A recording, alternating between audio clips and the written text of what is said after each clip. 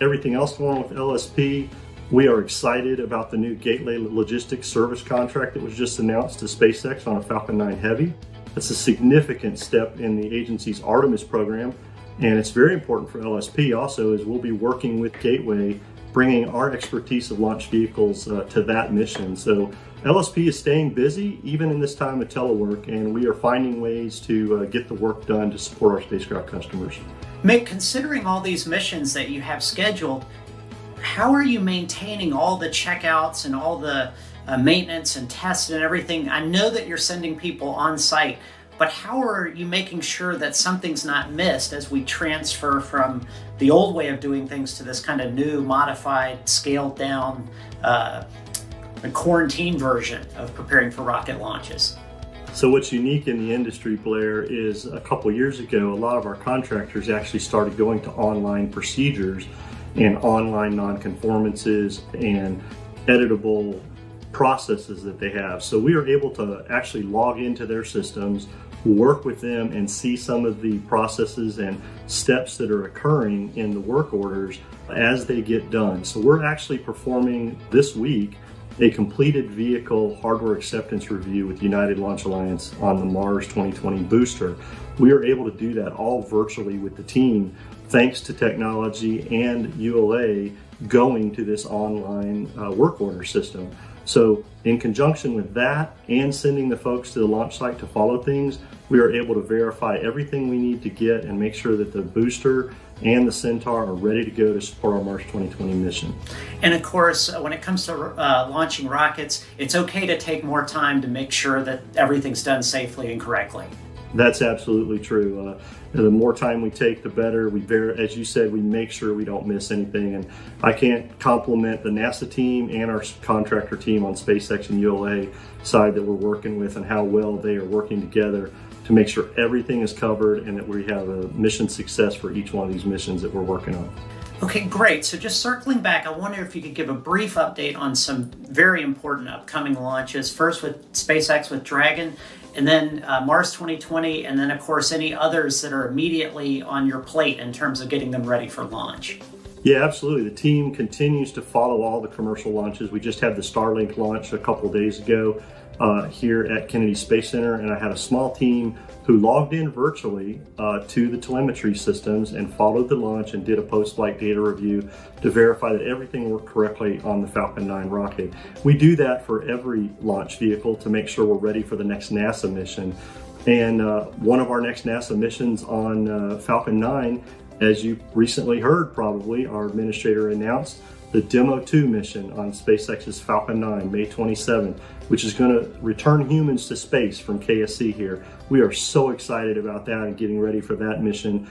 And LSP has a role in Demo 2 also. We are partnering with our colleagues to make sure that the launch vehicle side is ready and processed correctly as they get ready to make to Dragon. And then we're combining together as one NASA to make sure that we get humans back to space from Kennedy Space Center. Our other mission that you mentioned is Mars 2020, the Perseverance rover. We are so excited about that mission coming up in July. We are processing Perseverance right now over in the airlock, and everything is going great. We've had a small team of engineers rotating out and working with the JPL folks, making sure the rover and the helicopter that's on board are being processed and tested correctly. The helicopter was tested and placed in its final position underneath the rover on April 6th, and that all went really well. The team's continuing to get everything ready to close up Perseverance for its encapsulation later in May. They've begun their powered descent vehicle integration, and they're getting ready to put the back shell on. They'll do some more testing with the back shell integrated, and then the team will move forward in late May to install Perseverance inside the heat shield, which will be one of the last steps before the final encapsulation to get ready to make to the Atlas V for a July launch. Again, the LSP family has been working great with our contractors and proceeding forward. That's awesome. We're also looking forward to those launches, and obviously I'm a little frustrated. I personally don't own a drone, and probably NASA will be flying one on Mars before I ever actually get one here. So that's probably good for the neighbors and safety reasons, not to have me flying a drone, but really looking forward to that. Yeah, we are too. We're we're excited about the helicopter, Blair. That's one of the best things we can see on the Mars Perseverance mission, and I think the whole nation is excited to see what happens with that mission. Absolutely. Thanks so much for coming on today. Great update, and we look forward to hearing more, especially as we get close to the Mars 2020 launch. Yeah, absolutely. Blair, thanks for having me today. And I appreciate everything you guys are doing to share what NASA's doing with the country and those around during this time too. I appreciate everything you guys continue to work on. Thank you for having us today. No worries, sir. You're watching NASA Edge, an inside and outside look at all things NASA.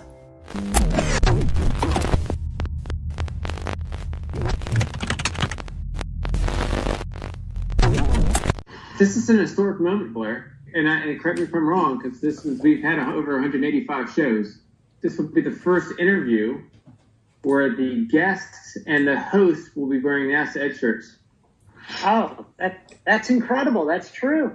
I do what I can do to support you guys. So.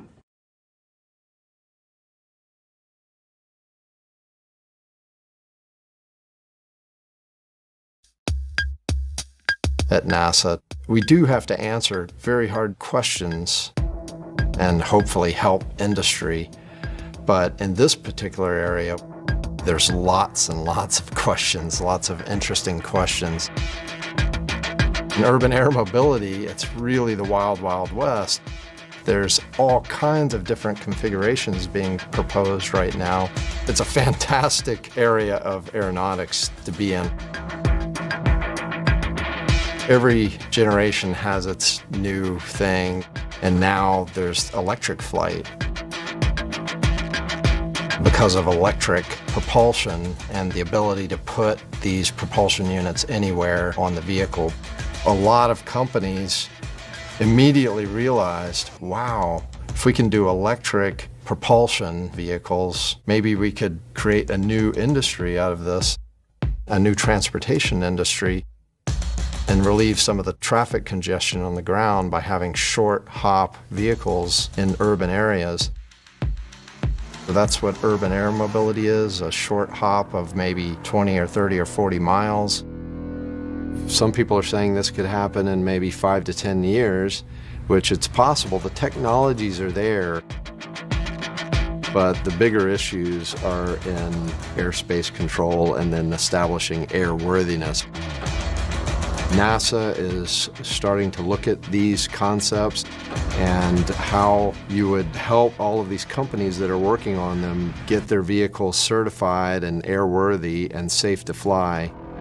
So we're building these technology test beds to investigate those things.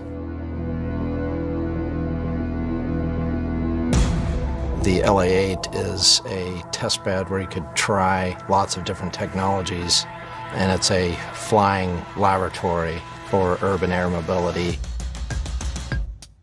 This is all about getting the data and getting the process down so that we can help the private sector. We'll be working with flight control companies, with airframe designers, with the FAA to help them develop regulations and airworthiness certification for these vehicles. The project is supposed to help a broad variety of different customers and accelerate the whole urban air mobility effort. VTOL stands for vertical takeoff and landing. They have been built before. Back in the 50s and 60s, NASA was really doing a lot of VTOL research. Those were all fossil fuel powered, so they had turbine engines, gas engines. And now we've shifted over to electric flight, which in some ways is a lot easier because you can put the electric motor wherever you need it. It can be along the wing, it can be on the tail, and each motor can be powered by a central battery pack or generator, and you don't have to have a turbine engine at every propulsion location. There's literally dozens and dozens of concepts being fielded out there.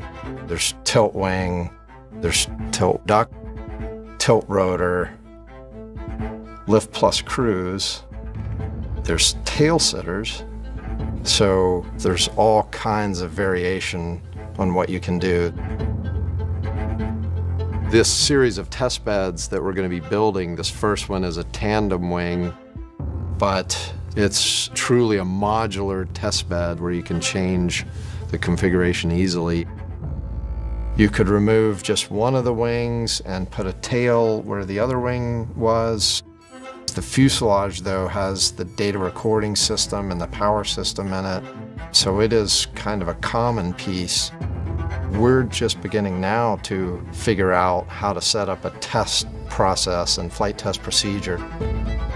You fly at different airspeeds, you fly in different conditions like turning conditions, different power levels, so descending, climbing.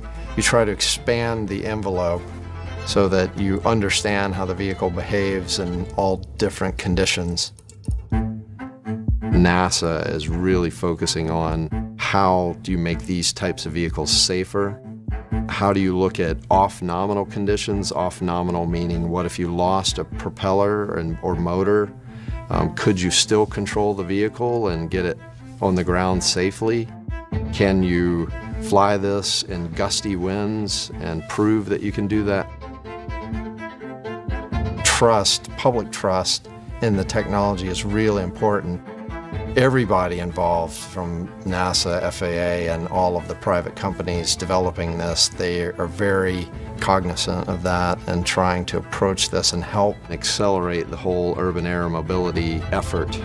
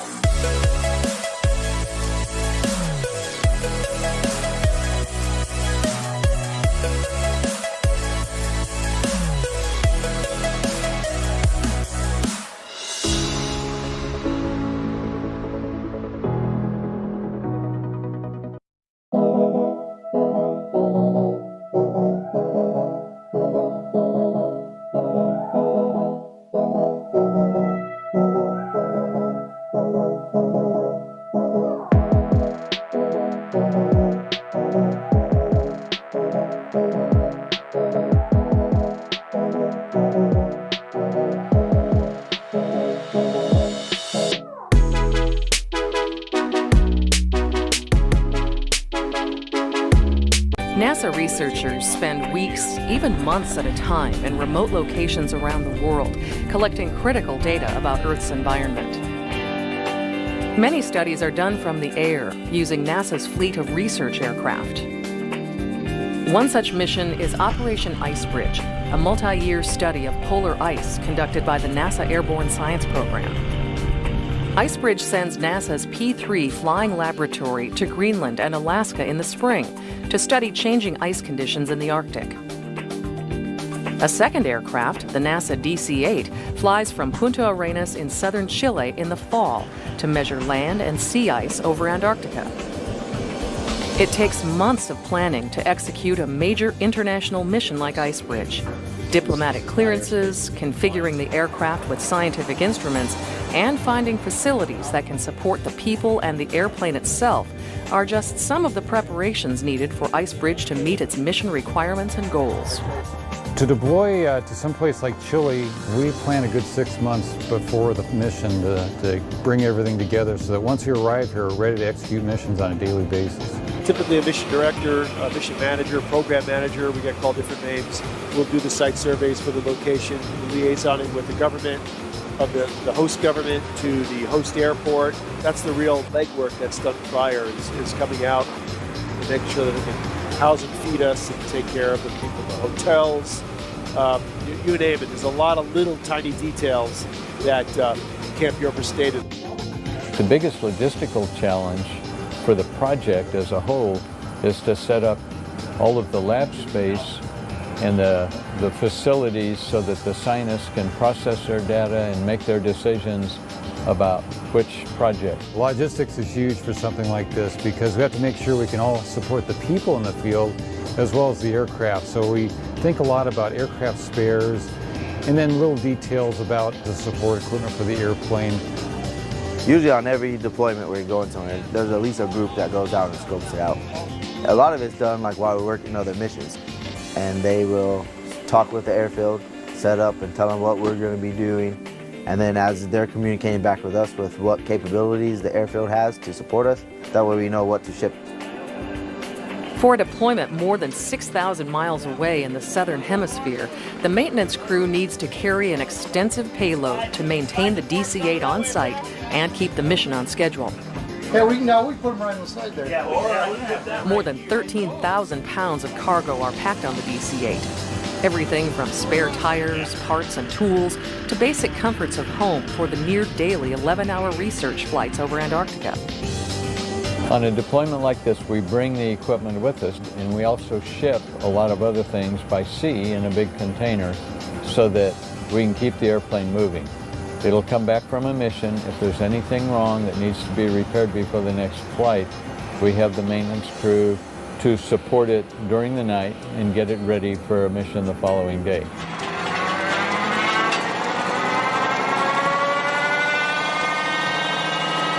The DC-8 flight operations team works around the clock to support Operation Icebridge, providing ground support for takeoffs and landings, operating the plane on research flights, and making sure sensitive science instruments stay powered up and heated overnight. The airfield is staffed 24 hours a day. We have a makeup of about 28 people supporting the flight operations down here, and that consists of the pilots, flight engineers, navigators, mission directors, and then the maintenance crew that's split between mechanics and avionics technicians. The maintenance team often works on tight deadlines to prepare the aircraft for its next deployment. Just 10 days after removing one set of science instruments from a previous mission, the DC-8 is reconfigured for Icebridge. In 3 weeks' time, the plane is transformed into a working science laboratory with a suite of radar and laser instruments and cameras installed throughout the cabin, cargo pit, and fuselage. Yeah, the unique thing about the DC-8 is that it was modified to accept, at this point, we've got about 100 different instruments that have been integrated into this airframe. And so part of the modifications that were done early on was to make the airplane as versatile as possible. So if you were to look through the airframe, you'd see cutouts in both the bottom of the aircraft and the upper side of the aircraft. And a number of the windows were modified to carry structural loads of instruments being installed as well.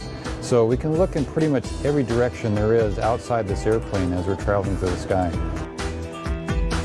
Once the science instruments are installed, the flight operations team conducts a series of ground checks and instrument test flights over the California desert to make sure the DC-8 is mission ready. Looks like maybe it's level now.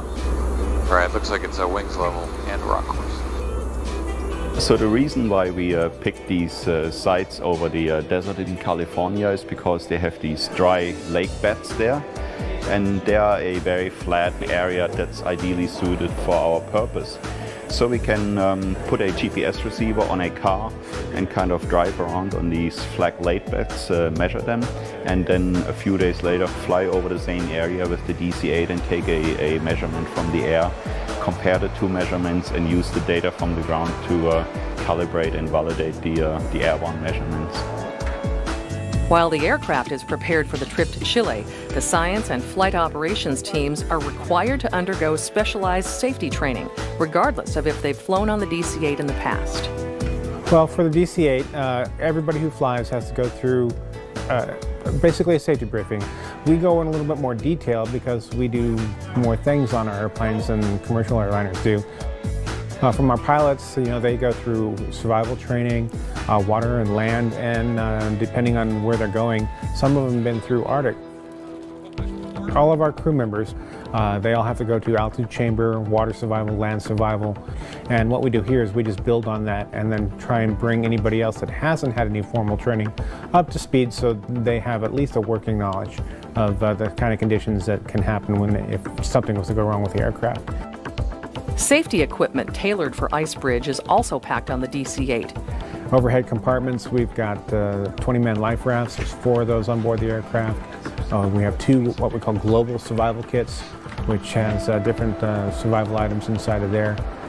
For this particular deployment, we also have anti-exposure suits, which if they were to go into the water, we have enough for everybody on board the aircraft for that. Once the aircraft and passengers are cleared to fly, it's time to pack up for the long transit flight from Armstrong Flight Research Center in California to the southern tip of Chile. Hi, I'm Nikki Fox, and I'm in charge of all sun science here at NASA. This is Ask NASA, and I'm here to answer your questions.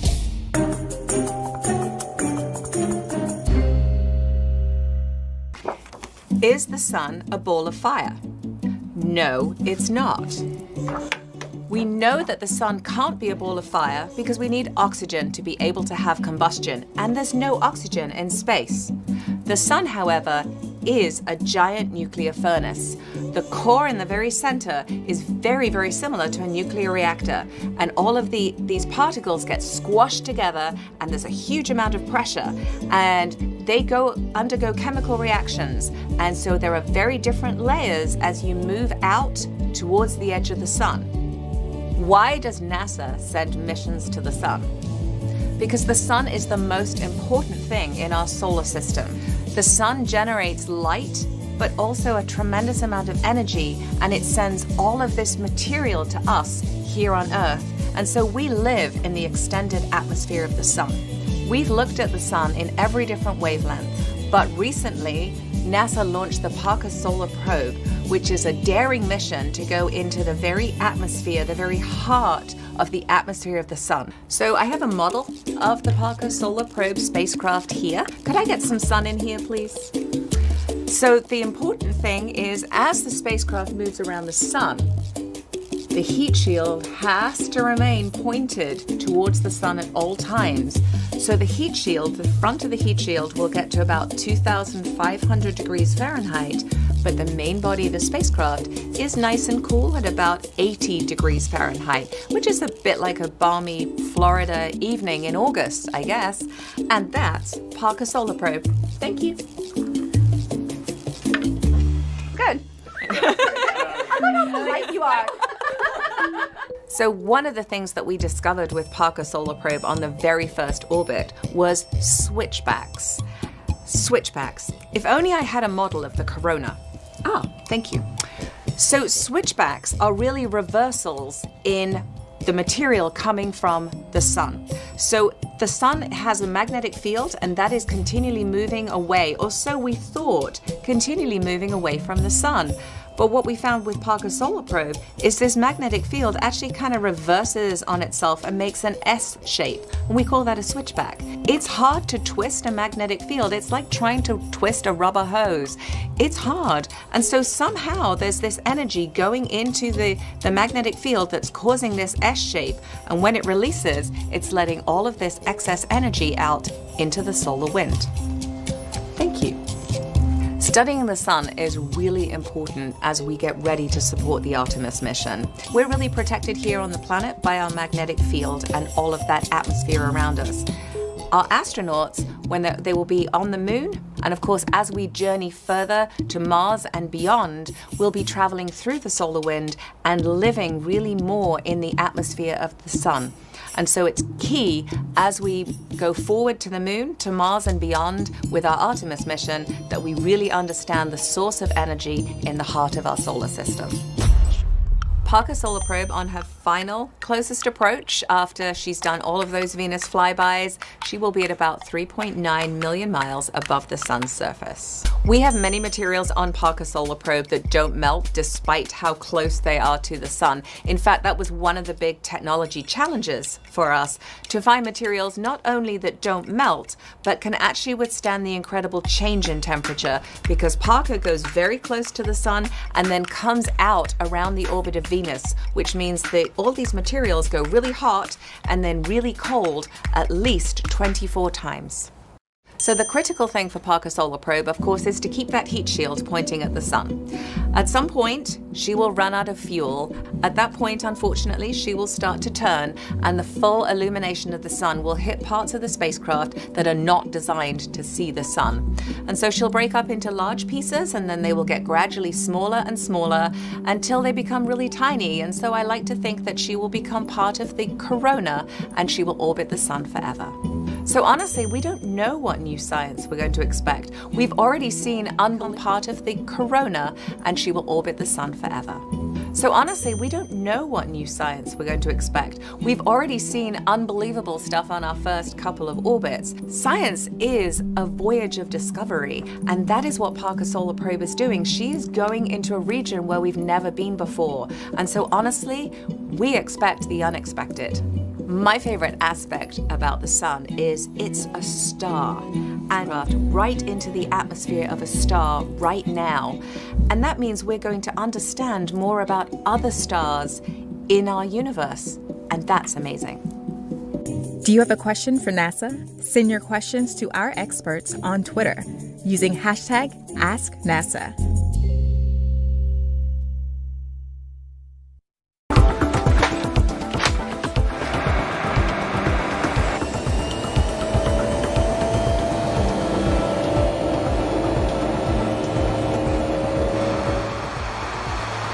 The exhausted team gets an opportunity to rest on the overnight journey to Santiago, where a second flight crew is on standby to complete the journey to Punta Arenas. To get to this part of the globe, it's about 14 hours of flying. We had pre-deployed a crew to Santiago to join the flight at that point so that the crew that flew all night could then step out of the cockpit and rest. And that allowed us to continue on that next day down to Punta Arenas, Chile, without having to stop overnight.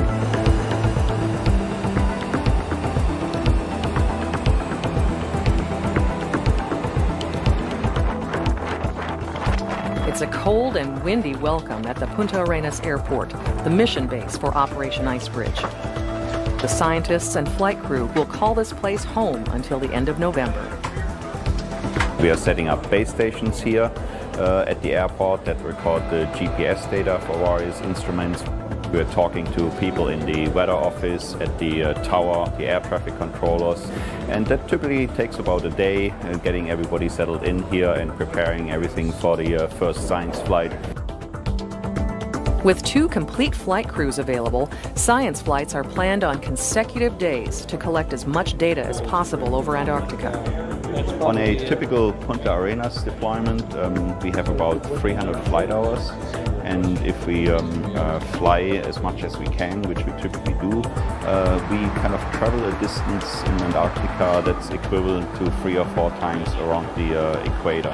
I think this is a glacier we're crossing. Flight tracks are carefully designed by the Icebridge science team months in advance.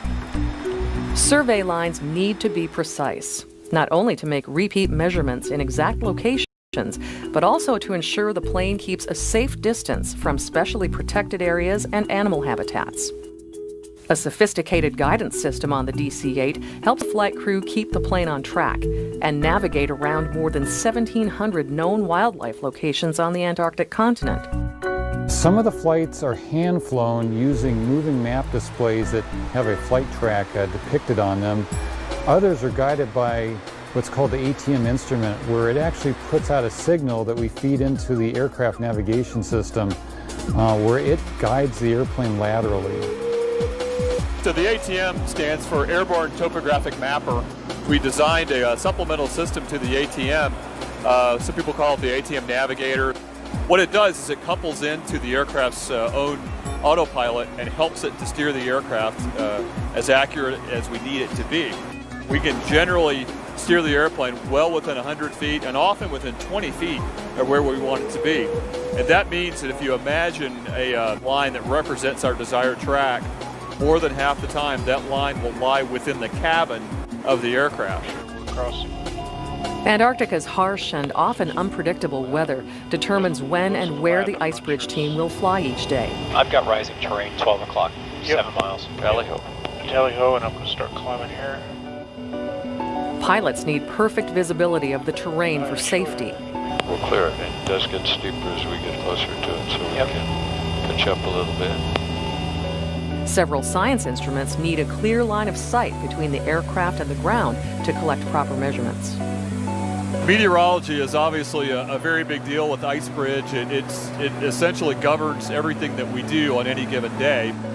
We have to fly down low and near the terrain in order for our instruments to work as they're optimally designed to work.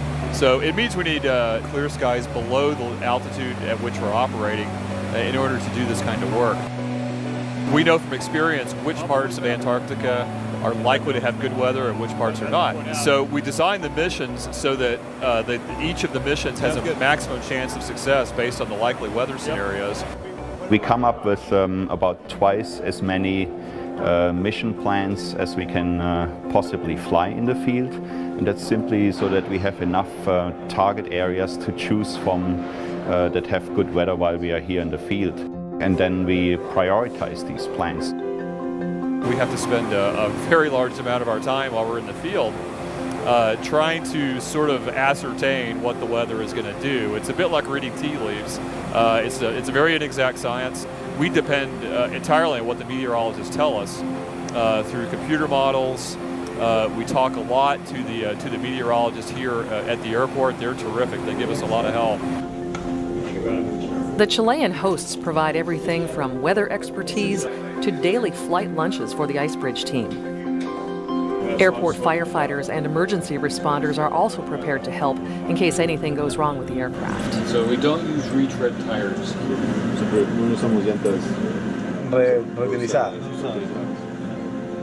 The DC-8 is not your typical airplane. Structural enhancements, new engines, and cutting-edge data systems make the aircraft a versatile, long-endurance platform for earth science research. The DC-8 is uniquely capable for this kind of operation, mainly because of its long legs. It can fly for about 14 hours on a full fuel load. We have to pretty much commute every day to Antarctica and commute back. And then we need also the capability of collect several hours of data. Typically on every flight we collect several terabytes of data all together. So we have 8 different science instruments on the aircraft. And in total it's a very complex set of measurements that we take over ice sheets, and doing it all at the same time in the same location from one airplane. It's really a tremendous resource. It is amazing that a large airplane that was designed originally to be an airliner could be so diverse, but by its design it meets a lot of the requirements NASA had set for the type of science studies they wanted to execute using an airplane to support. This particular airplane was built in 1969, but many of the systems have been upgraded over the years to keep up with current technology. For instance, the airplane has a satellite communication system on it, which something like that didn't even exist when it was originally built. So what's nice about that is we can move data real time during the flights off the airplane to people anywhere in the world via the satellite system and then the internet, and they can send us information real time as well. We can X-chat, it's like texting back and forth to each other. We can send photographs, we can send technical data. You don't have to actually be on the flight to participate. My view of this airplane is that it's the ideal airplane for the kind of mission we use it for, because it's built very strong. And in the old days when these were being designed and built, the airplanes were overbuilt to be on the safe side. We have a nickname for it. It's a DC-8, and the DC stands for Douglas Cable Car, because unlike the modern airplanes that use electronics and hydraulics to control the airplane in flight, this airplane is controlled with steel cables. So we do hurricane research, we fly through hurricanes, and we do a lot of different types of scientific research, and the airplane can take a lot of damage that would cripple other more modern airplanes, and this airplane still flies fine. It's like an old truck. It's solid and almost indestructible. A wall of stickers at the mission director's console tells the story of the many missions the DC-8 has flown since it went into NASA's service in 1987. This aircraft and many others operated by the NASA Airborne Science Program fly thousands of hours every year all over the world to support a variety of Earth science research missions. It takes careful coordination and detailed planning behind the scenes to make these missions possible and to gain a better understanding of how our planet is changing.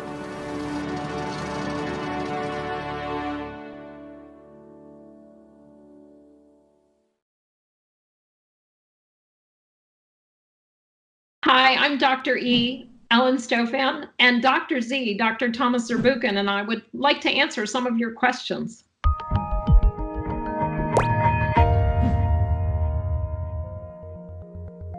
Let's see. It says, my 11-year-old space enthusiast wants to know, what does NASA want to accomplish on the moon when humans return there in the next few years? I really want to answer that question in two parts. The first one is we want to create the capability not only to go to the moon, but going to Mars. Those technologies, together with the commercial and international partners that we work with, will bring us there in a way that we can turn around and move towards Mars. We've never done that, and we want to increase the sphere in which we can explore with humans. What an amazing thing. But there's a second part, and that is that we want to do science and exploration of the surface of the moon. There are interesting questions that we want to answer there about the age of the solar system, about the history of the Earth and its bombardment and so forth. Early in the Earth's history, we want to learn about water and many of the questions about this body that is our neighbor there in space. And those questions we want to answer with experiments that we're developing right now. Okay, I'll ask you a question. Did Mars or Venus host ancient watery environments conducive to early life? And is there evidence that life emerged? You know, that's one of the things that has really driven some of our exploration of those two bodies. For Mars, the answer is definitely yes. You know, we've long known that Mars has channels carved by water across its surface. But all of our spacecraft have helped us hone in on the fact that Mars probably had surface liquid water as much as an ocean's were from about 3.9 or so billion years ago to about 3.5 billion years. During that time, the conditions existed in which life could have arisen, and we're still trying to figure out, did life actually evolve on Mars or not? And with our next mission to Mars that's going to be launched this summer, we're going to be looking into that very question of, can we find more evidence? Did something looking towards life actually evolve on Mars or not? So we have a lot of questions about that. Venus is an actually interesting story because back in the early 80s had a spacecraft that measured the isotopes of hydrogen in the atmosphere of Venus, which told us that Venus probably early in its history lost an ocean's worth of water. So it had a lot of water, but as Venus evolved, it lost that water. Some models suggest that Venus indeed could have had an ocean, but we want to go back to Venus and really measure the chemistry of the rocks on Venus, because that's what's going to help us answer that question. Talking about places with potential life, let me ask one more question, which is, I'm interested if we ever go and send a real probe to Europa to see if there's really anything in that ocean under all that ice. One of the things we want to do with the Europa Clipper mission is actually go look at where we think there are plumes of liquid that are erupting from that subsurface ocean out into space. And if we can analyze some of those materials that are coming out of the interior of Europa, look on the surface where the material from those erupting plumes would fall, we're hoping that we can understand more of the chemistry of that subsurface ocean. Eventually, obviously, what we would love to do is land on the surface of Europa where we could make better measurements and try to understand, could there be life in Europa's subsurface ocean? And scientists and technologists have even come up with concepts for spacecraft that could land on the surface and maybe melt their way through the ice to go and explore that subsurface ocean. But those missions are probably a couple decades out. This is a fun question for right now, and in fact, I was just thinking of doing this today. How would sourdough starter thrive in space? Do you know that one? I'm actually interested what you came up with when you thought about that earlier today. It's interesting because I've gone out to classrooms before and done an experiment with yeast to help kids understand the idea that different conditions on different planets can affect life. And so we've done an experiment where we put yeast in hot vinegar, And we put yeast in ice water that is super cold. We microwave it and then put it in water. And it's amazing. Actually, the yeast still is active. All those harsh conditions make it a little less active, so it bubbles a little less. But yeast actually only needs sugar and moisture and warmth to start activity. And so it doesn't really need oxygen. So I thought that was an interesting thing. I didn't realize it didn't need oxygen. I did think it needed oxygen.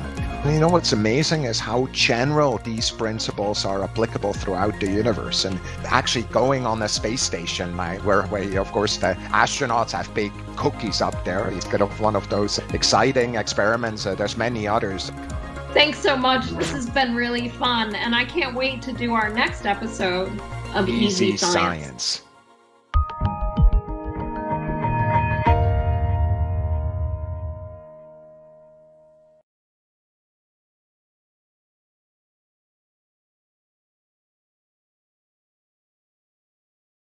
We are NASA's preeminent science center. We execute NASA's most complex science missions, and we improve lives on Earth daily.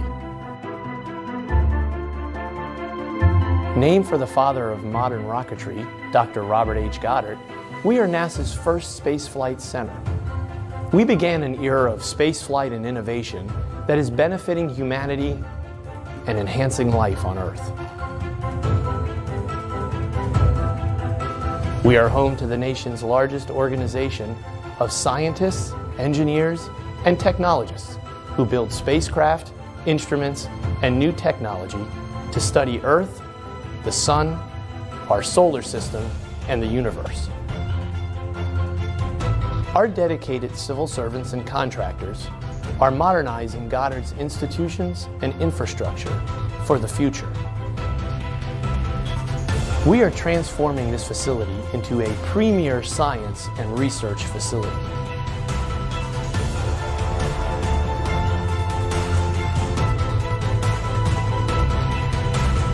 I invite you to read our master plan, Envision Goddard, Modernizing for the Future. Learn how Goddard will meet the challenges of the future, exploring our planet and the far reaches of our universe, while inspiring the next generation of explorers and protecting our environment. We are Goddard Space Flight Center.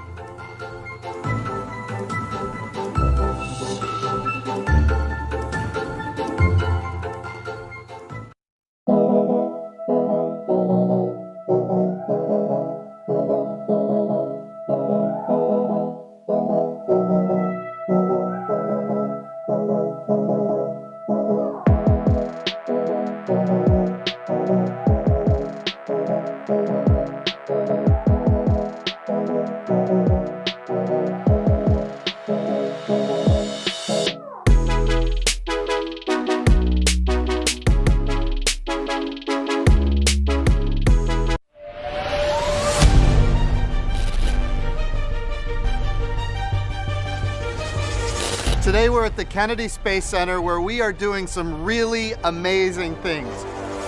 In just a few days, we're going to launch the Boeing Starliner. With the completion of this test, we will be one step closer to launching American astronauts on American rockets from American soil for the first time since the retirement of the space shuttles in 2011.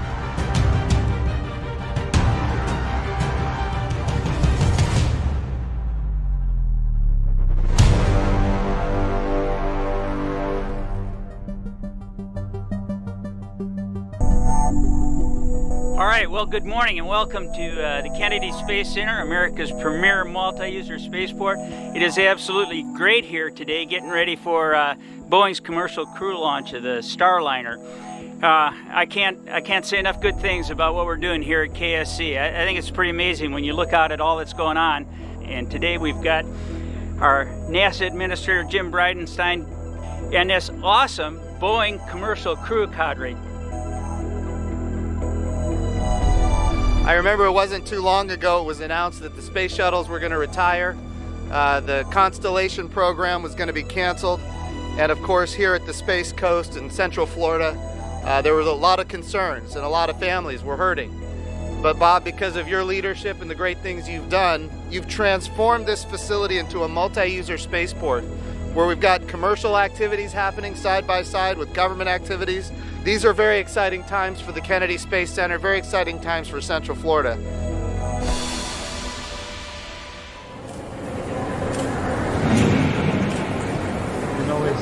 How are you, sir? Hey, good to see you. Good to see you. Thanks for being here.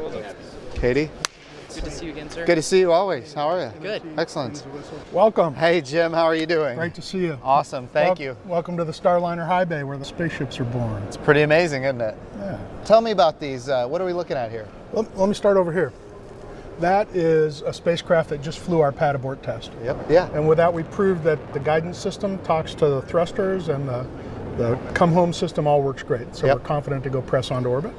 So that's that vehicle. That's the one. That's the very one. And we have a little tradition. On a spacecraft going to space, you can't do anything too funky. This one came home and the team has signed it. Oh, wow. They've said, that's our work. Okay. And I'm wondering if you would do us the honor of representing the NASA teammates. I would love to. Come on up and sign her. All right, Would let's you? do it.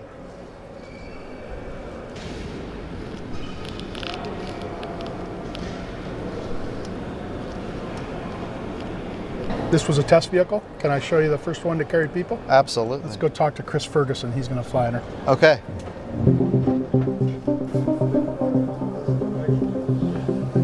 Hey, Chris. How you doing? Good to see you.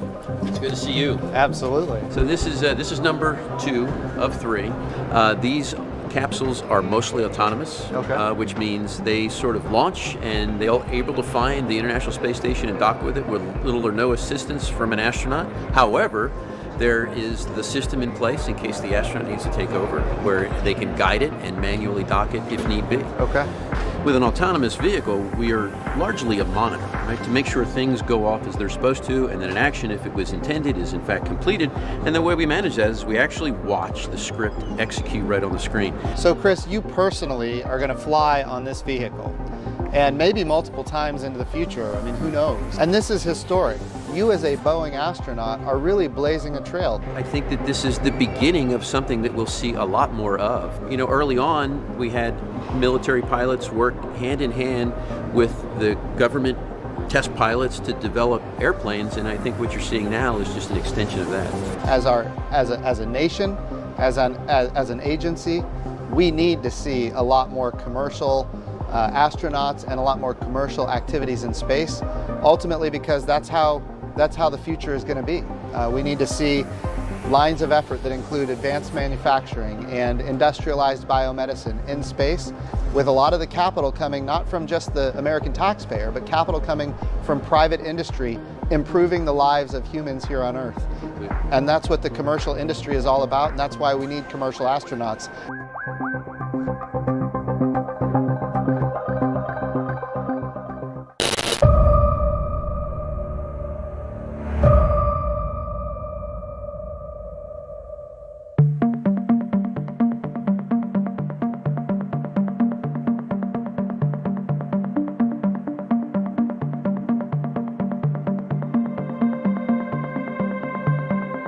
So the vehicle that we're in right now is called the Astrovan. Tell me what does that mean? What is that all about?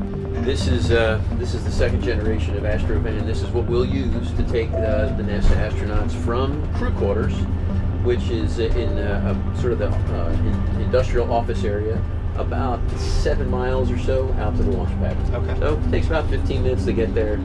And so, you know, we always used to say it's one of the longest and loneliest rides you'll ever take in an Airstream trailer. But and it was interesting along the way. You drop off various people, and then you realize the only people left on the van when you got to the launch pad was the crew. So we always used to joke that the smart ones got off.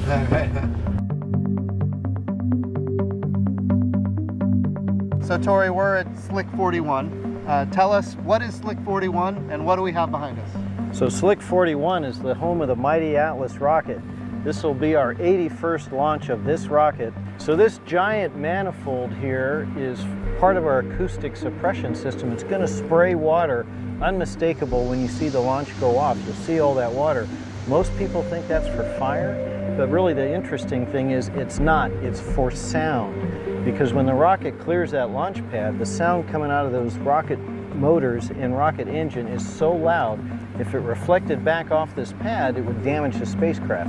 In fact, if you could stand here and somehow survive the fire, the sound alone would kill you. Oh, wow. And so all of that water present on the pad absorbs the acoustic energy and protects our payload. Well, make sure that water works. Can you do that? I will absolutely double check it. So those big white cylinders you see on the side are solid rocket motors. They give us extra impulse coming up off the pad.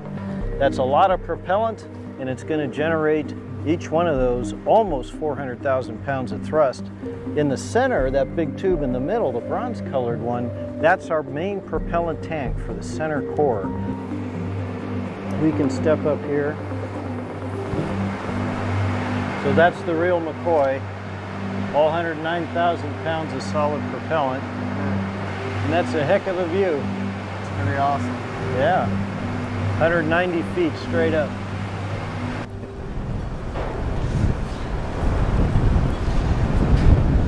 Mr. Administrator, Mike. welcome to the 12th floor. Thank you. It's good to be here. Sir, good to see you. Good to see you guys. I'll tell you, it looks tall from the ground, but when you're up here, it feels a lot taller than it looks from the ground, especially with these winds. Well, I'll tell you, you can really feel the wind when you're up here, and I can imagine maybe tomorrow the wind won't be so high, but certainly I can imagine when you go across this. I know it's an access arm, but it looks like a very narrow catwalk if you ask me.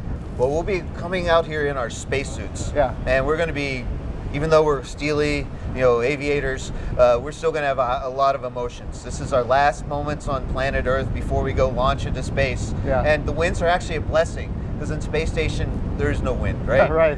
And so everything's the same all the time. And then here we're getting like a kiss from Mother Earth as we get ready. So we walk across here, we walk down this access arm, we can feel the positive energy from all the people that worked so hard on this mission, and then we go in and close those doors. We're just feeling proud, we're feeling a little bit scared, a little bit anxious, but we're like totally trusting our training, we're totally trusting Team NASA, Team Boeing, and the United Launch Alliance.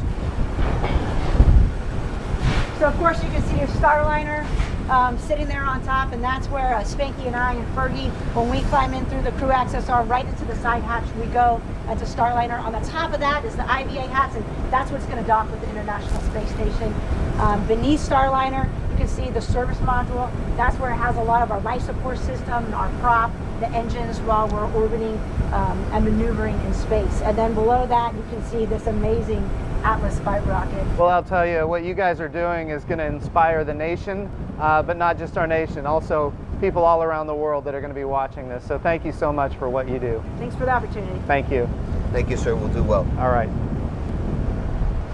Sonny, what are we doing here? So we're at Spacecraft Launch Complex 41, standing in the shadow of the Atlas V with the Starliner on top, with the crew access arm connected to it, ready actually for people to eventually get on board. We got Rosie, the mannequin inside that is instrumented, and so we're going to get some data to see what our ride's going to be like when Josh and I actually get to fly on this thing, probably at the end of next year. Great. And Josh, what's your role in this? To not mess anything up is the goal today. This is the capsule that Sonny and I are going to have a chance to fly in, along with two others. And so we're following the whole process from beginning to end. From launch tomorrow morning to docking the next day and to landing a week and a half later. For me, it's just a situation where I find myself pinching myself. It's just, it's incredible to see this happen. We're living science fiction. It's really happening right here. We've actually done a lot of engineering work with the Boeing team to work on the software, so when the humans are interacting, they've got that situational awareness of all the automation that's processing in the spacecraft and how we would recognize if there was an issue or a problem and how we would interact with it. We're looking at where our future is. We have a $400 billion space economy. What you're doing is leading the way for that space economy, lowering the cost of space travel and providing more access to more humans on Earth to get to space. It's about expanding the human condition by finding new knowledge. And I'm just so proud to be with you, but that's why we're here. So I thank you for what you're doing. This is a new era in human spaceflight. And there's a number of reasons why this day is so important. We are on the cusp of launching once again American astronauts on American rockets from American soil for the first time since 2011, the retirement of the space shuttle. So this is a big day. How many of you have seen a rocket launch before? Can I get a show of hands? Oh man, you got, okay, how many have not? Let me put it that way. This is the group I want to talk to, all right? Anytime a rocket ship leaves planet Earth, it is an experience. I don't care what's on it. And you see it, you feel it, you experience it, it's emotional. Welcome this morning to NASA's Kennedy Space Center in Florida. Starliner is nearly ready for our uncrewed orbital flight test. You can see it over our shoulders, lit up on the launch pad. 10, 9, 8, 7, 6, 5, 4, 3, 2, 1, and liftoff. The rise of Starliner and a new era in human spaceflight.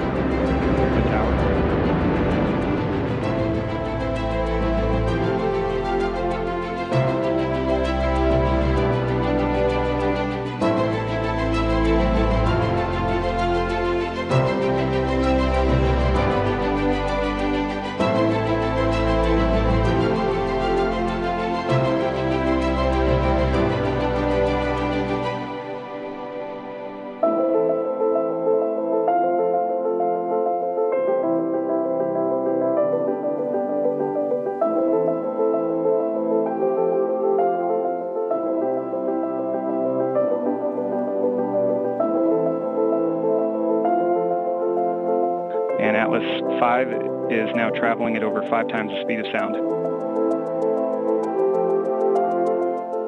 And we have BECO booster engine cutoff, standing by for stage separation. And we have good indication of stage separation.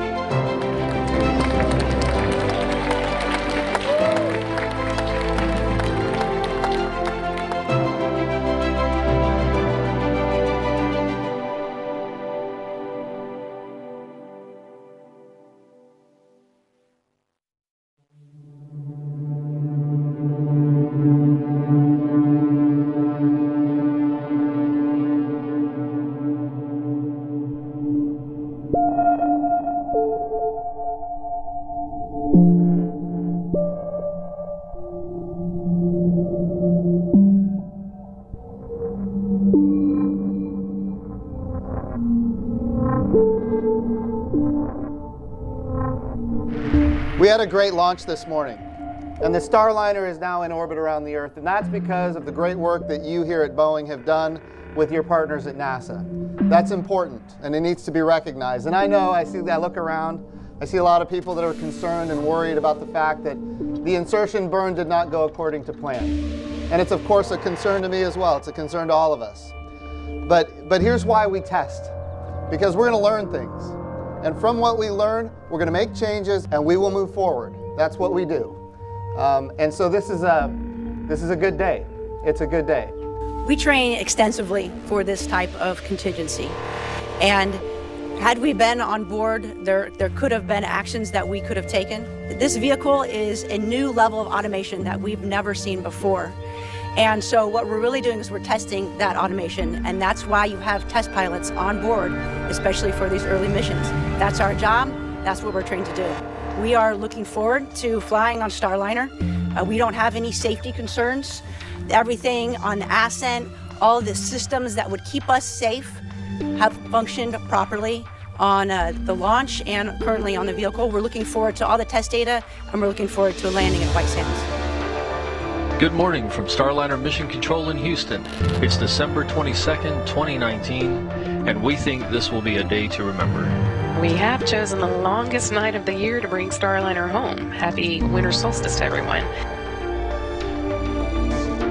Starliner flight control teams have been working around the clock to get Starliner set up for a safe landing, and today is the day. The entire team here in the room is quietly watching, making sure all the systems continue to look good. And we see three main chutes. We see the red, white, and blue as Starliner descends. Base heat shield has jettisoned. That is the base heat shield falling away as planned. Airbags are inflating. And that is the last of the milestones. So now all that's left is for Starliner to float down to the surface of the desert. And Starliner touches down in the desert in New Mexico. An historic landing in White Sands, New Mexico concludes the first flight test of Boeing's Starliner spacecraft. The first time an American-made, human-rated capsule has landed on land. Congratulations, Starliner. Congratulations, indeed. This is my first spacecraft landing. It was incredible to see. We're so excited for the Boeing and NASA team, and the recovery forces today just did an incredible job. Yeah, we got a lot of data on the launch, the orbital portion of the flight. Being able to just watch the entire sequence from the ground on down was just fantastic. Really clean landing. We had a beautiful, amazing team all out here ready to support. Everybody was pumped. Everybody was cheering. It was spectacular. I mean, she's back. She's home. We are really, first and foremost, pleased with how this team came together. Flying a different trajectory, different aero shape. You can only test that at scale. That went terrific. Return is something that you can't really test. You got to put your heat shield on and go through the heat regime. Today we just had, it couldn't really have gone any better. The ground crews, Chris, Nicole, Mike, they're telling us there's hardly any charring, perfectly level on our airbags, and that bodes really well for reusability. From an overall perspective, we are just as pleased as we could be with the design. I would say the team did just a tremendous job. What you find sometimes is when you execute a flight differently than planned and a mission test flight differently than planned, that team comes together in a unique way. And the NASA team, the NASA engineers, the flight control team, the Boeing team working side by side to solve problems in real time, to come up with innovative solutions, to keep decisions ahead of them, and then to end up like today where we had a successful deorbit burn and entry and landing. If I look back at this year from a commercial crew perspective as a program, you know, we've had a tremendous year. With the holidays in front of them, they just did a tremendous job, and so my hat's off to them. So number one, congratulations. I know the last 48 hours have not been easy. So when you think about a mission like this or a test flight like this, when we think about this, launch, of course, is a big challenge that has to be overcome. That happened. Flying the spacecraft and making sure that the systems work, that happened. Entry, descent, and landing happened. We're gonna get a lot of data, we're gonna get a lot of information, but a lot of really, really good things happened on this test flight. It is also true that when things go wrong, that's when you learn how the teams work. I'm telling you, that was a thing of beauty. And everything that I've been told from the people that were in the room, decisions were made quickly, things happened that were not planned, and because of that, this test flight was actually very successful in so many ways. So thank you for all of your service to the country and all of your service to NASA. So thank you.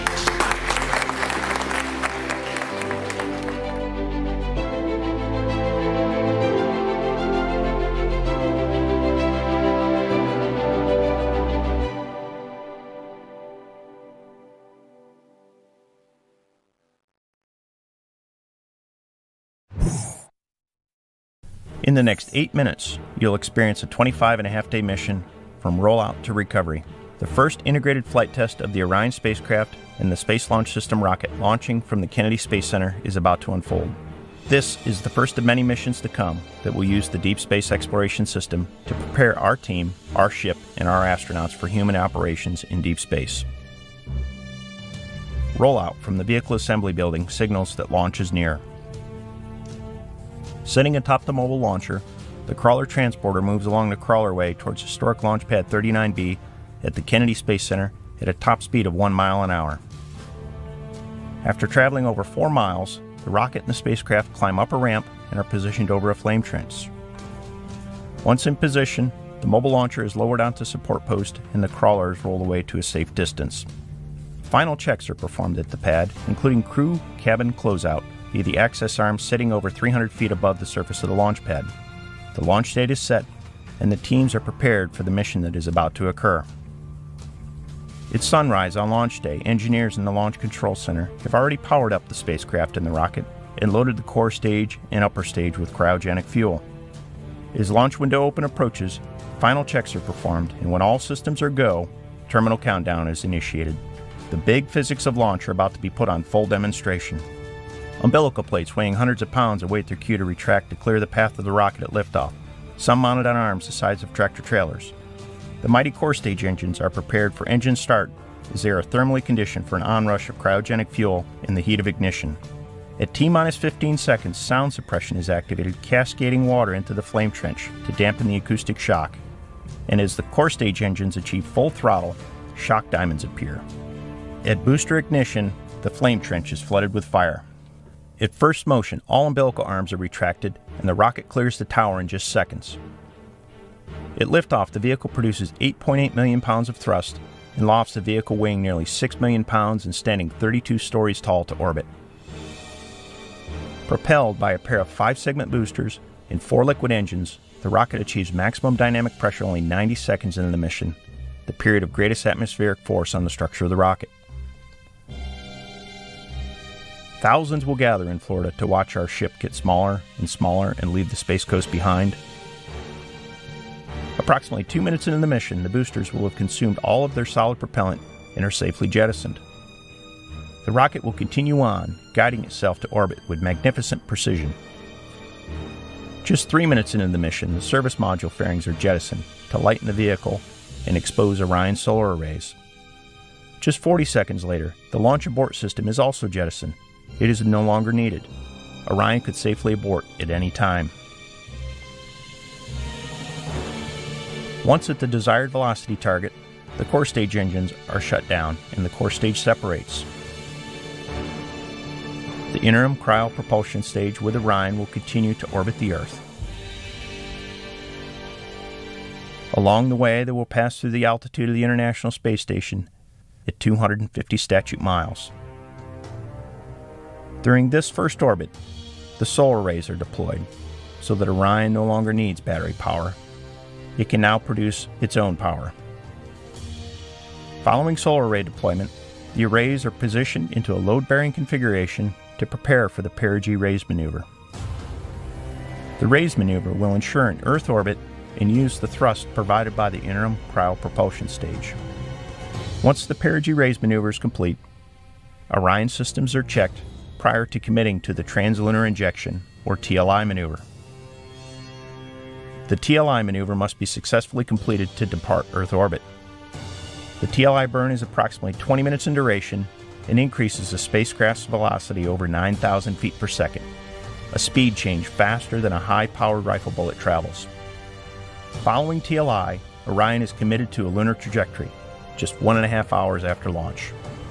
Once complete, the spacecraft adapter will remain with the interim cryo-propulsion stage, and they will separate from Orion.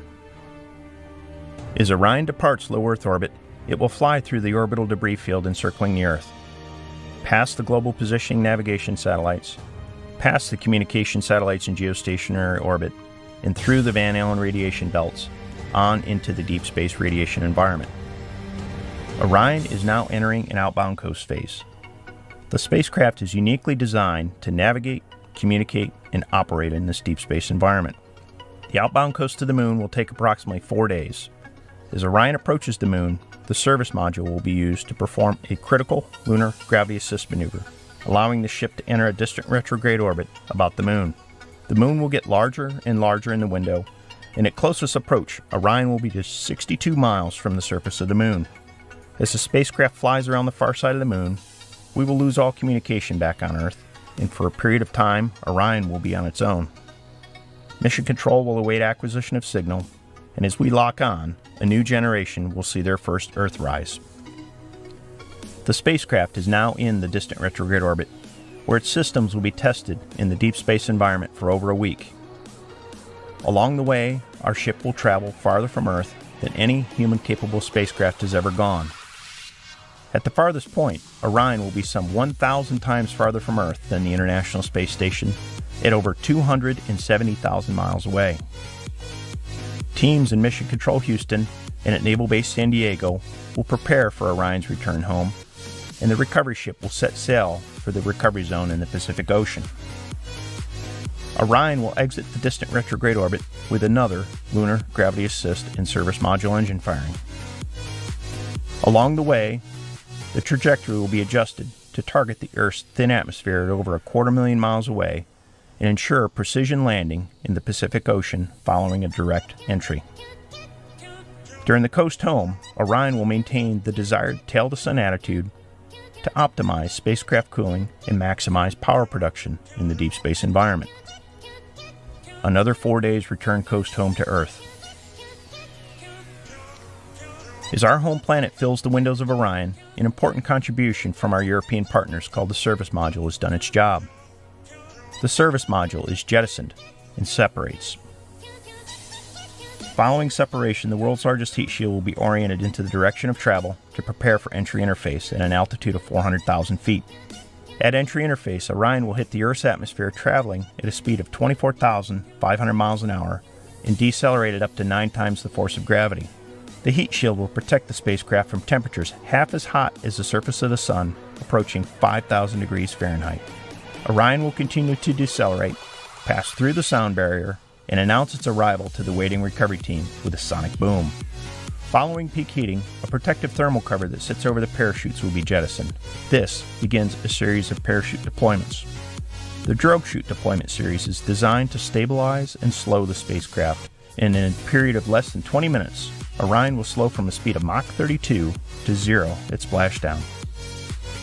The 3 main parachutes will deploy and slowly unfurl and suspend the 22,000-pound capsule and allow it to gently descend to the surface of the ocean. After 25.5 days, and a total distance traveled exceeding 1.3 million miles, a precision landing within eyesight of the recovery ship. Following splashdown, Orion will remain powered for a period of time as Navy divers approach in small boats from the waiting recovery ship. After a brief inspection for hazards, the divers will hook up tending lines and a tow line.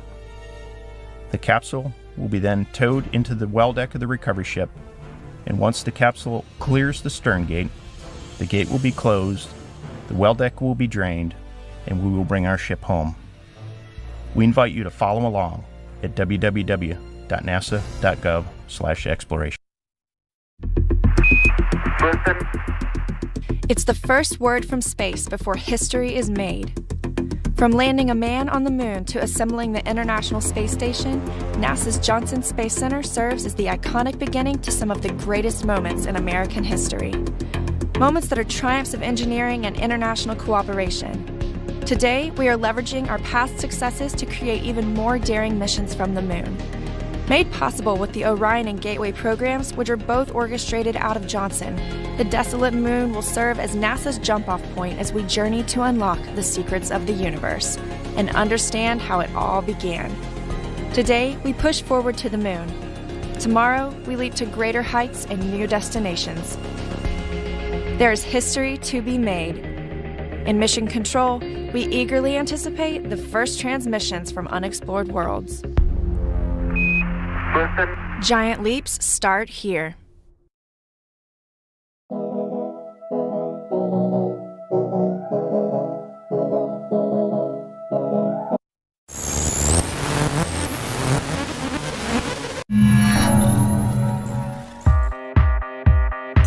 To say that technology is rapidly changing how we live our lives is an understatement, to say the least. Think about a little more than 100 years ago, a horse pulling a carriage was still state-of-the-art in travel for many people around the world. But in just a few short decades, motorized vehicles became the norm, edging out the different modes of travel that people had been used to over their lives. In the intervening decades, the pace of technology changing the status quo has not slowed down. In fact, it has increased exponentially in virtually every field imaginable, including aviation. Not long ago, it could take more than 25 hours to fly across the U.S. by passenger plane. Today, it takes less than 5. And air travel is safer and more reliable than ever, thanks to the pioneering work performed by NASA and many others in the aviation community. But there is a new change coming, just over the horizon that will revolutionize and reinvent our understanding of aviation in our world once again. That change is in urban air mobility, or UAM. This concept could see on-demand air taxis flying around large metropolitan cities in coming years, which will change city landscapes and the thought of how we travel forever.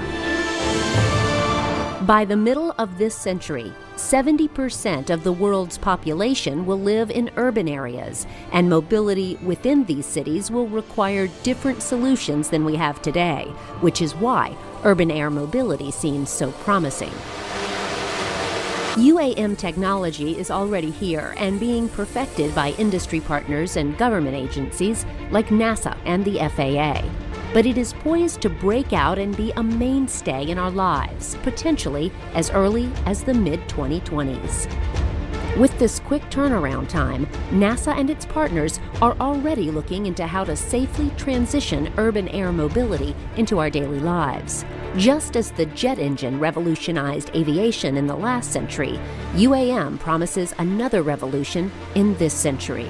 This new capability and this new way of travel will be a complete paradigm shift and could entirely transform the urban landscape and change our travel lifestyle. Coming up on this episode of NASA X, we will look at the current state of the art for UAM to see where this technology stands today. We will also see how NASA plans to contribute to the development and integration of these vehicles, while also looking out to the future to see how these new types of vehicles will transform our world and how we get around in it.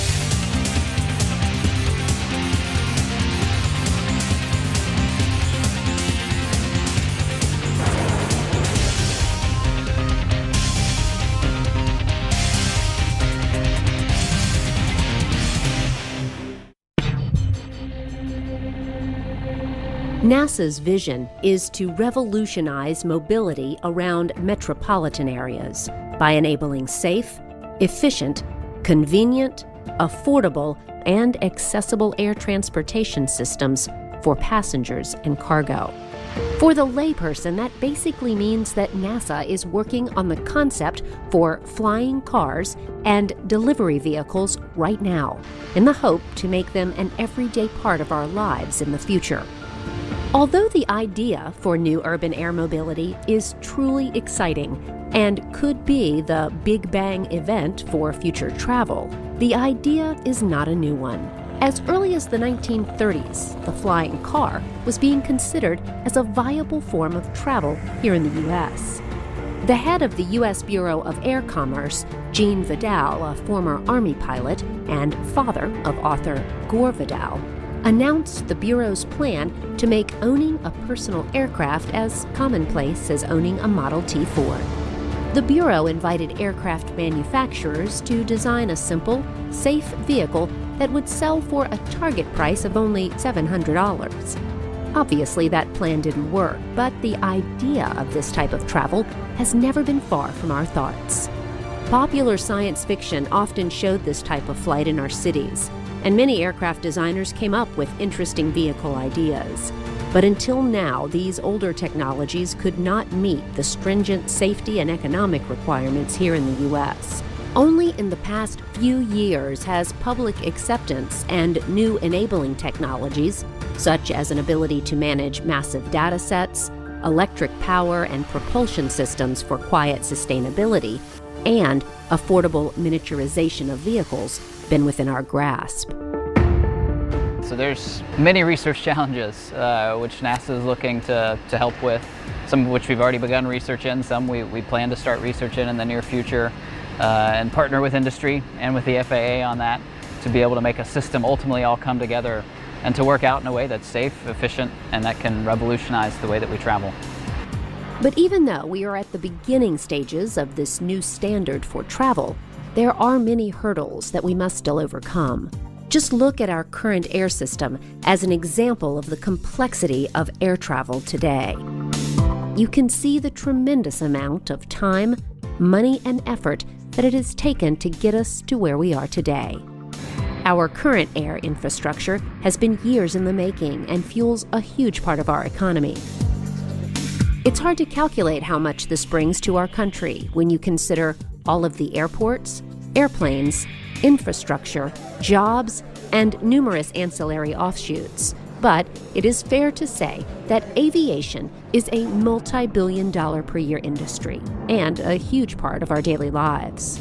Although this system works extremely well today and we are all used to the way we currently travel, the shift to novel vehicles, specifically those designed to fly in the urban environment, will be a very challenging one.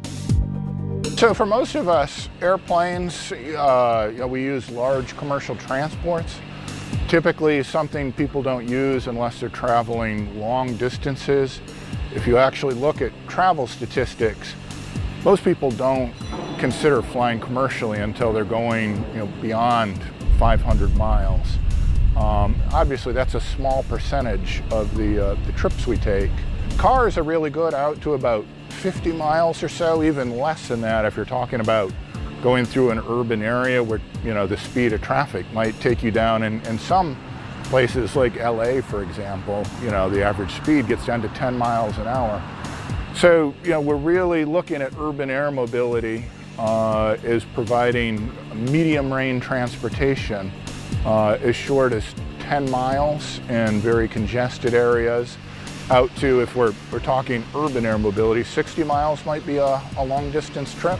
But other applications of small electric aircraft could go out to that 500-mile range. And these would be something that you could schedule, on demand, similar to an Uber car or same day kind of thing. So making how we use air transportation much closer to how we use cars today. But this new market won't emerge overnight. UAM will start with a mix of onboard and remotely piloted vehicles and progress toward autonomous operations. So, the 15-mile trip in the next 10 years, probably what you would do is schedule that using an app on your smartphone.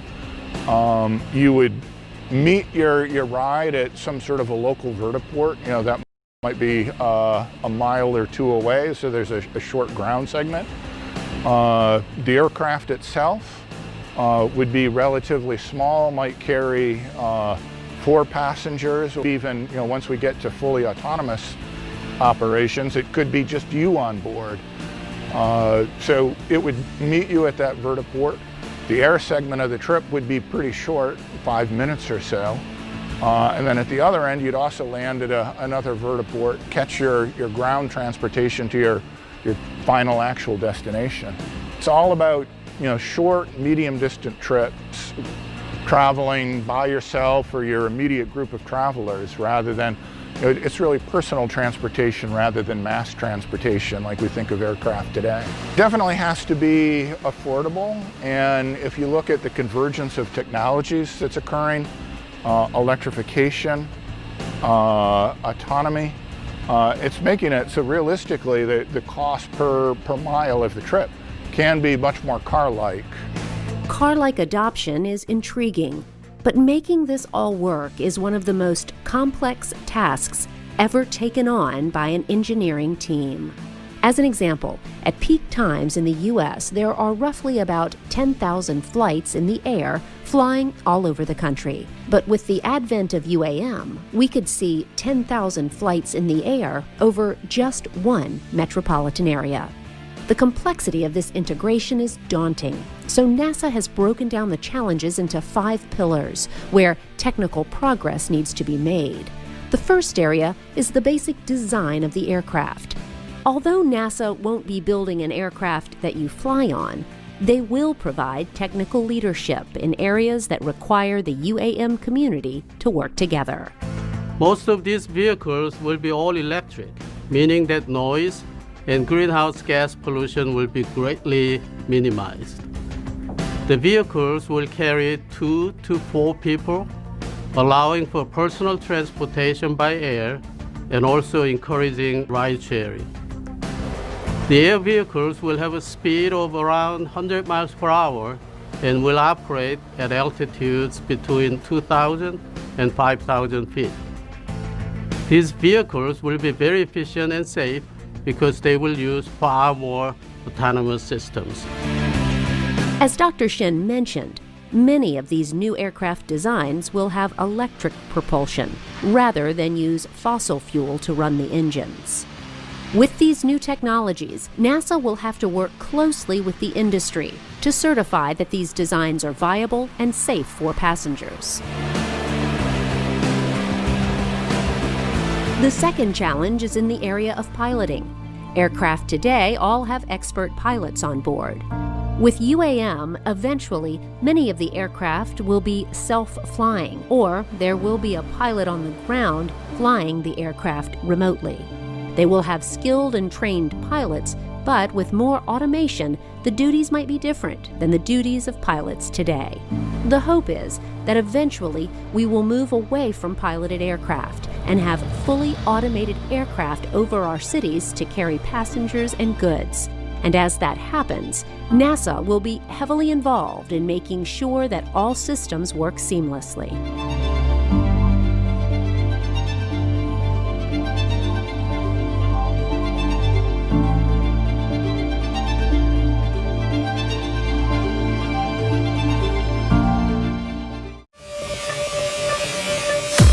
The third challenge area will be in designing an overall airspace architecture that accommodates all of these new aircraft while also integrating in the traditional aircraft that we use today. Today's aircraft fly in the national airspace. The U.S. air traffic control system is the busiest, safest, and most complex in the world, carrying over 1.7 million passengers daily. This air traffic control system consists of a dedicated workforce in control towers and centers, and a vast array of computers, radars, communications, and other equipment guiding aircraft safely to their destinations. NASA is working to integrate the NAS system with the new UAM system, which will be extremely challenging. The fourth challenge will be the real-time operation of that airspace to manage this increased level of traffic. That means using automation and technology in addition to trained air traffic controllers to manage these systems. The final challenge is in the area of community integration. That means integrating into our cities safely and with the smallest amount of noise, both auditory and visual noise. If we are increasing air traffic over metropolitan areas by thousands of flights an hour, much work will need to go into the safety of passengers and people within the cities, as well as noise abatement. Noise will be a very big factor with these aircraft as we're talking about flying them, maybe not from your driveway, but somewhere not too far from your house, much closer than what we're used to with typical aviation. And just understanding noise sources on aircraft and ways that we can reduce those. There's a lot of research that NASA is currently doing and will probably continue to do to help feed the industry there and help push new ideas forward to help aircraft get more quiet and help them get more efficient, hopefully at the same time. So how will this all work? Just as skyscrapers allowed cities to use limited land more efficiently, urban air transportation will use three-dimensional airspace to alleviate transportation congestion on the ground. Many believe that a network of small electric aircraft that take off and land vertically, called VTOL aircraft for vertical takeoff and landing, and/or aircraft that take off and land over very short distances, called STOL aircraft, will enable rapid, reliable transportation between suburbs and cities, and ultimately within cities.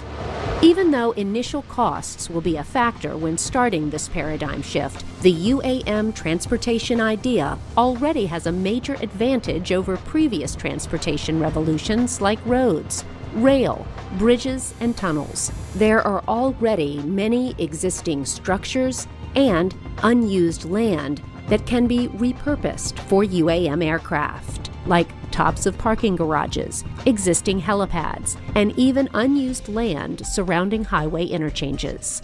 Another benefit is that these novel aircraft do not need to follow fixed routes. Trains, buses, and cars all funnel people from A to B along a limited number of dedicated routes. which can cause serious delays if there is even one single interruption. UAM aircraft could travel toward their destination independently of any specific path, eliminating some of the major congestion issues.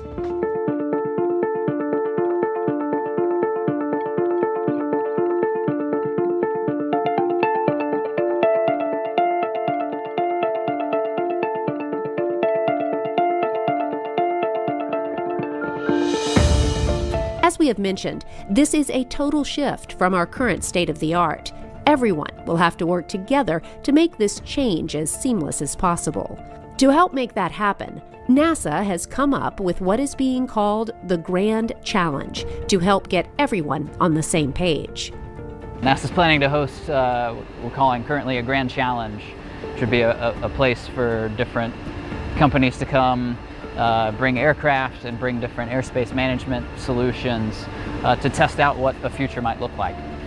So one big thing that's recognized is, as we move into the future, we're probably not going to be able to have air traffic controllers sitting there talking to a human on board the aircraft to make this work at the density levels, the number of aircraft that we're talking about putting in the sky. So how do we get to the point where we have technologies that we trust that can safely make these aircraft interoperate with one another and stay away from things they're supposed to stay away from, go to the places where they're going to go, and make sure that they're all organized and managed in a safe way. Many within the industry recognize the challenges ahead and are glad for NASA's involvement. We've too often forgotten NASA. NASA, the first A is aeronautics, and NASA really serves a really critically important part.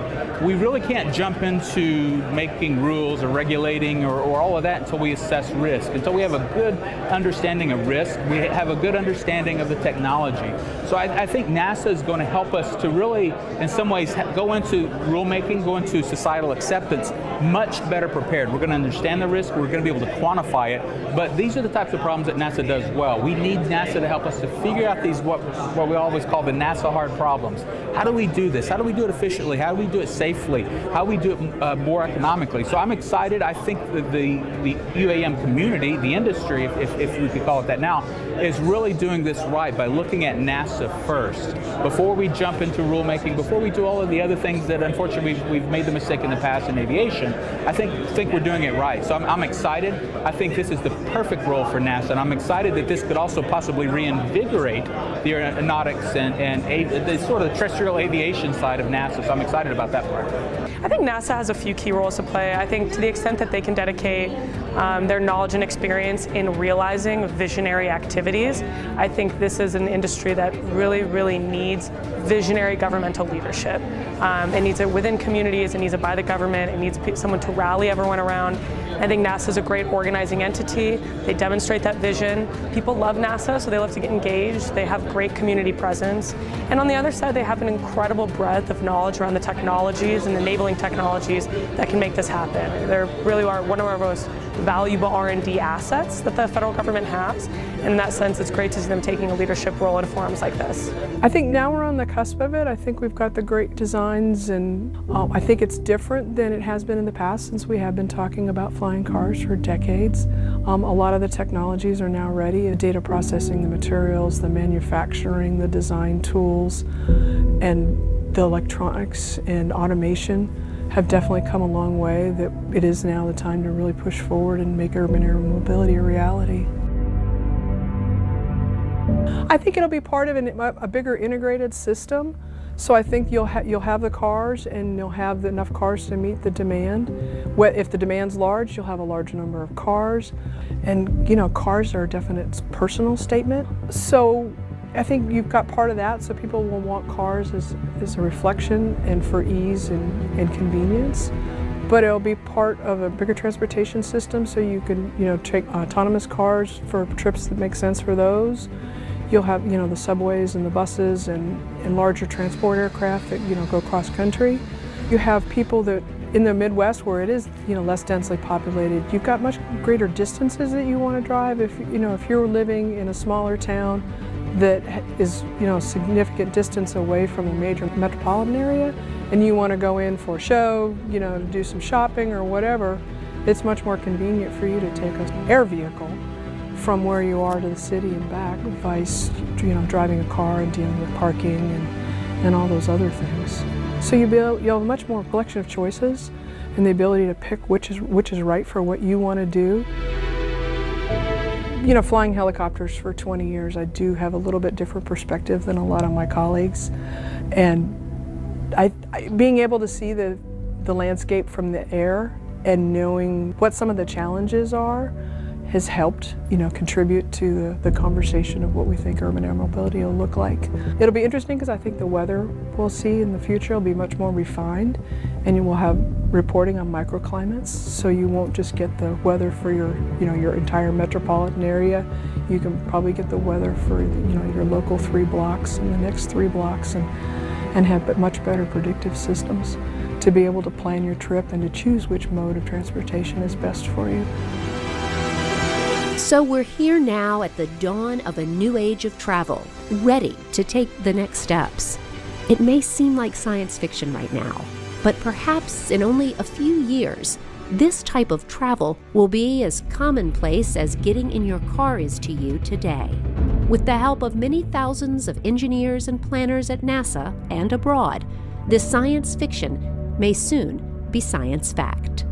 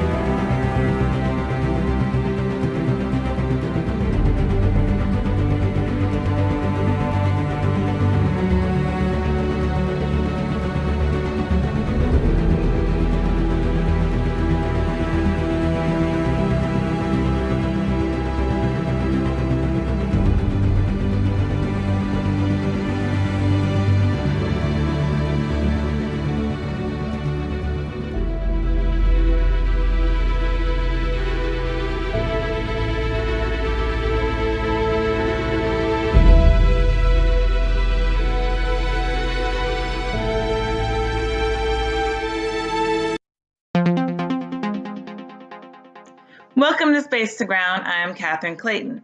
This week we're highlighting the contributions of students from across the nation and a set of upcoming spacewalks. Sending supplies to the International Space Station requires a different packing method than the luggage we use to travel on Earth. Special flight lockers are used to transport supplies from Earth to the International Space Station. 4 of these lockers launched on the SpaceX Demo 2 flight to the station. The lockers are built by students from around the country through a program called NASA Hunch, or High School Students United with NASA to Create Hardware. Hunch provides students an opportunity to play an active role in the space program. Students in 277 schools in 44 states can participate in one of 6 focus areas to produce items for spaceflight or training, such as the flight lockers. One of the student-built lockers will even return to Earth. Learn more about the Hunch program at nasahunch.com. NASA astronauts Chris Cassidy and Bob Lincoln are preparing for a set of spacewalks to continue the power upgrades on the station. On June 26th and July 1st, the astronauts will begin the replacement of batteries for one of the power channels on the ISS.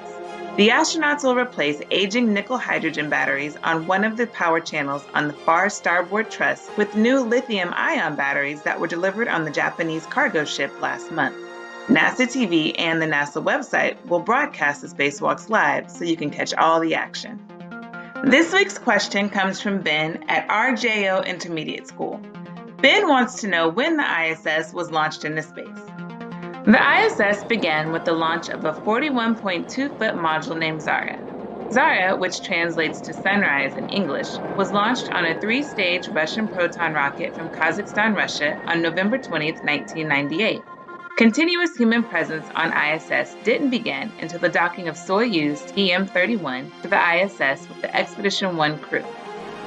The first expedition on Space Station requests permission to take the radio call sign Alpha.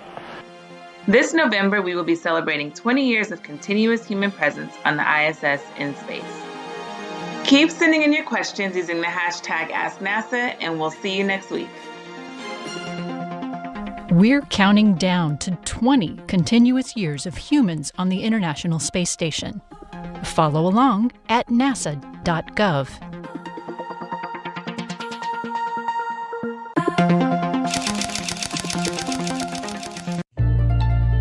How do you nurture an idea or shape it to solve problems, create opportunity, and open doors to a better life for all? First, find its strengths, discover its limits, refine it, test it, and repeat. At NASA's Langley Research Center, we strive to discover, distill, and connect great ideas, then channel them into solutions, leading to a brighter future. With vision and determination, we look beyond what's possible today and strive to make tomorrow a better place. An idea could be as small as a few lines of code, or as big as a revolutionary way to travel. It could be a system for building in the vacuum of space, or a laser that helps explorers land safely on the moon. We're on a quest to discover trailblazing ideas and transformative tools. We build, measure, and explore. We accelerate technologies and connect concepts, along with the people who envision them. Together with our partners, we push for deeper understanding and search for innovations that will benefit everyone. Breakthroughs that improve how we fly, how we see the Earth, and how we explore the universe. Our work will spread global goodwill, improve lives, and protect our planet. A great leap starts with just one idea. NASA Langley, where great ideas take flight.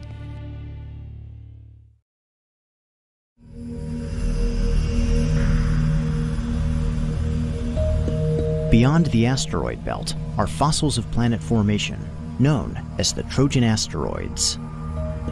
These primitive bodies share Jupiter's orbit in two vast swarms, leading and trailing the planet. Now, NASA is preparing to visit 7 asteroids,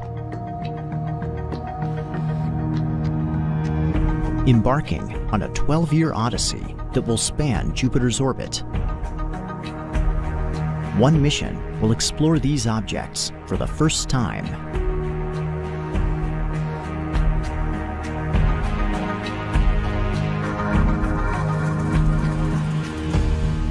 Lucy, the first mission to the Trojan asteroids.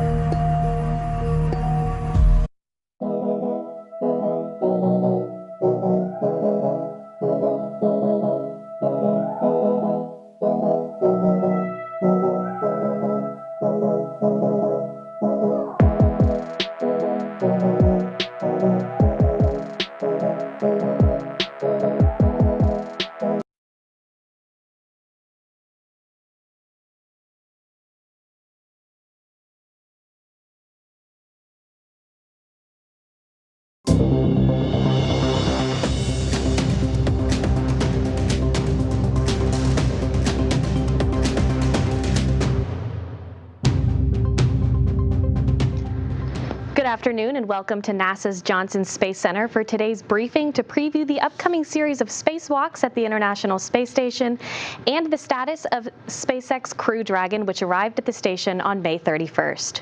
Joining me in studio today is a panel of experts ready to give those updates. To my right is International Space Station Deputy Program Manager Kenny Todd. To his right is Commercial Crew Program Manager Steve Stitch. And joining us from an adjacent studio to maintain social distancing is International Space Station Flight Director Allison Bollinger and Spacewalk Officer Sandra Moore. We're going to be taking questions through our phone bridge today and via social media using the hashtag AskNASA. Just a reminder, if you're ready to have your question asked, please press *1 to have your question answered.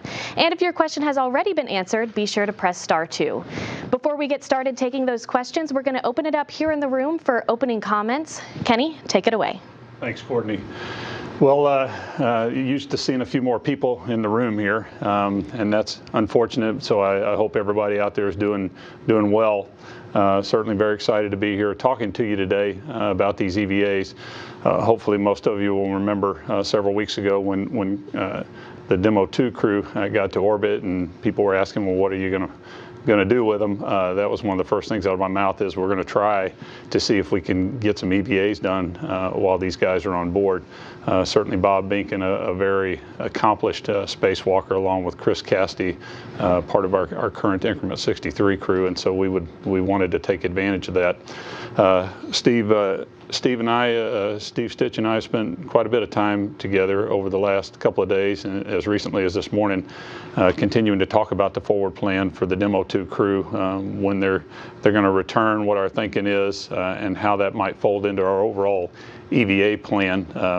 Again, we'd like to get as many of these EVAs done as we can. We think it's somewhere between 4 and 6 to get both of these power channels swapped in terms of their batteries. And so we're laying in a plan that will allow us to do that.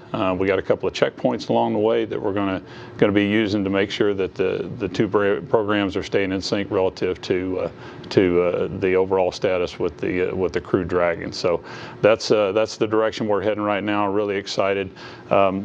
This is a little bit of wash, rinse, repeat for me. I think I've done this briefing on batteries about 4 times, it seems like, because indeed this is the last set of channels that we're going to be doing these lithium-ion battery swap outs. And so for me, it's great, certainly satisfying to be at this point where we're going to be finishing up these batteries and putting station in a much better configuration long term.